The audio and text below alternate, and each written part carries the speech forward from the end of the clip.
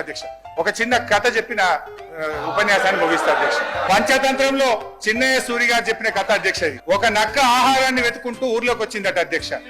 అక్కడ రజకులు ఉపయోగించే నీలి రంగు ఉన్న తొట్టిలో పడిపోయింది. ఆ నక్కకి ఏమైపోయింది, ఆ తొట్టిలో పడితే ఆ నక్క ఒంటి నిండా నీలి రంగు అంటుకున్నది. ఆ నీలి రంగు అంటుకున్న తర్వాత అది మళ్ళీ అడవిలోకి పోయింది.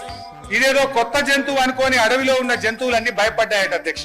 ఈ నక్క కూడా ఇదేదో బాగుంది, అందరు నాకు భయపడుతుందని నేను దేవుడు పంపిన దూతను ఈ రోజు నుంచి నేనే మీకు రాజును అని ఆ నక్క అన్నదట అధ్యక్ష. జంతువులు భయంతో అంగీకరించాయి. ఆ నక్క జంతువులను అనేక రకాలుగా కష్టపెట్టే భరించాయి అధ్యక్ష. ఒకరోజు ఆ నక్క పెద్ద సభ పెట్టింది, కొత్త చట్టాల గురించి చెప్తుంది. అంతలోనే పెద్ద వర్షం పడి ఆ నక్క అంటిన నీలి రంగంతా కరిగిపోయింది. నక్క నిజస్వరూపం బయటపడ్డది.